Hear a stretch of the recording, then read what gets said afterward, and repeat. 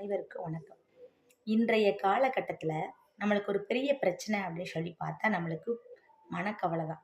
மனக்கவலை இருக்க இருக்க நம்மளுக்கு என்ன ஆகும் அப்படின்னு சொல்லி பார்த்தீங்கன்னா, உடல் ஆரோக்கியம் கெட்டு போகும். மன நிம்மதி இல்லாம போயிரும். நோய் நொடி எல்லாம் நம்மளுக்கு வந்து சேர்ந்துரும். இதெல்லாம் நமக்கு தேவையா? இதுக்கு காரணம் யாரு? நம்ம தான். நம்ம மனச எப்பயுமே மகிழ்ச்சியா வச்சுக்கணும். மகிழ்ச்சியா இருந்தா மட்டும் தான் நம்ம வாழ்க்கையும் மகிழ்ச்சியா இருக்கும்.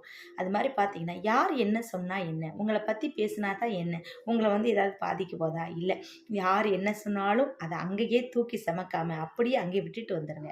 இப்ப இவங்க முன்னாடி பேசினாலும் சரி, இல்ல பின்னாடி போக விட்டு பேசினாலும் சரி, இல்ல ஒரு பெரிய பிரச்சனையே நடந்தாலும் சரி, தூக்கி சுமக்காதீங்க.